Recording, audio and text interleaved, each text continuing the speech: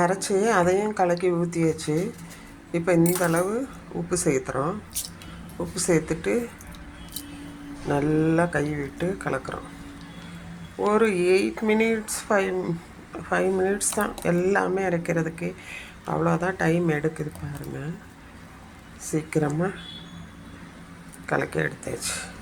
இப்படி இருக்கணும் இது நல்லா.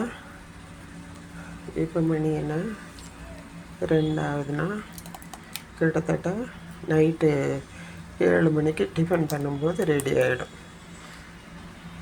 6 மணி நேரத்துலேயே நல்லா புளிச்சிரும். எதனாலனா ஓவர் நைட்டு நம்ம வந்துட்டு ஊற வச்சுருக்கோம் இல்லையா, அதனால் மாவு பொங்கி வராமல் இருக்கிறக்காக இப்படி வச்சுருக்கு. நைட்டுக்குள்ளார நல்லா பொங்கி மேலே வந்துடும். மறுபடியும் ஆப்பம் பண்ணிவிட்டு காமிக்கிறேன். இன்றைக்கி உளுந்து போடலை. போன தடவை உளுந்து போட்டு அரைக்கிறது எப்படின்னு காமிச்சு, இந்த தடவை வந்துட்டு இப்படி. இதை வந்து ஒரு துப்பட்டாவில் சுற்றி வச்சுருவேன் டைட்டாக, காற்று உள்ளே போகாத மாதிரி. அப்போ சீக்கிரம் புளிச்சிடும். 6 ஹவர்ஸ்லேயே புளித்த பிறகு ஊற்றும்போது காமிக்கிறேன்.